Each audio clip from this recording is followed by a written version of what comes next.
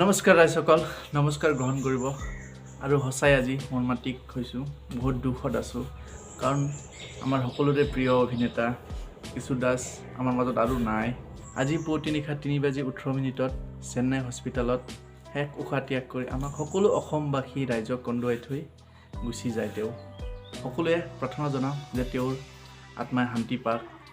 আৰু সকলোৱে video' share কৰি দিব।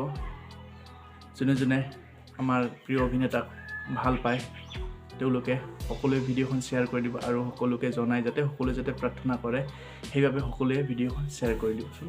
যোৱা কিছুদিন পূৰ্বে মানে কেইমাহমান আগত আমি সকলোৱে দেখিছিলোঁ আমাৰ প্ৰিয় অভিনেতাজন কৰ্কট ৰোগত মুম্বাই হস্পিটেলত লৈ গৈছিলে তেওঁক। তো সকলোৱে বহুত সহায় সহযোগিতা কৰিছে অসমৰ ৰাইজে, কিন্তু সকলোৱে ইমান সহায় কৰাৰ পিছতো আমি আমাৰ প্ৰিয় অভিনেতাক বচাবলৈ সক্ষম নহ'লোঁ।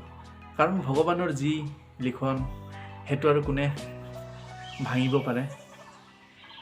গতিকে তেওঁৰ আত্মাক শান্তি পাওক সেয়ে কামনা কৰিম। আৰু কাৰণ মানুহ জন্ম হৈছে যদি মৰিবই এদিন। তেনেকৈ কেকে আমাৰ বলিউডৰ ছিংগাৰ তেওঁ গুচি গ'ল বহুত কম বয়সতে। আৰু বহুত এনেকুৱা অভিনেতা গৈছে কম বয়সতে। গতিকে বহুত বেয়া লগা, কাৰণ মানুহৰ জীৱন ইমান সোনকালে গ'লে সকলোৰে বেয়া লাগে।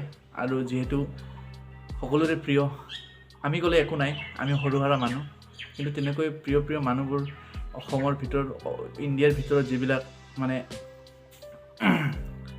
ফেমাছ এক্টৰ বা ছিংগাৰ, তেওঁলোক যদি সোনকালে ঢুকাই যায়, সোনকালে আমাক এৰি গুচি যায় আমাৰ মাজৰ পৰা, তেতিয়া আমাৰ বৰ দুখ লাগে। তো গতিকে সকলোৱে ভিডিঅ'টো শ্বেয়াৰ কৰি দিব যাতে আমাৰ সকলো অভিনেতাৰ প্ৰিয়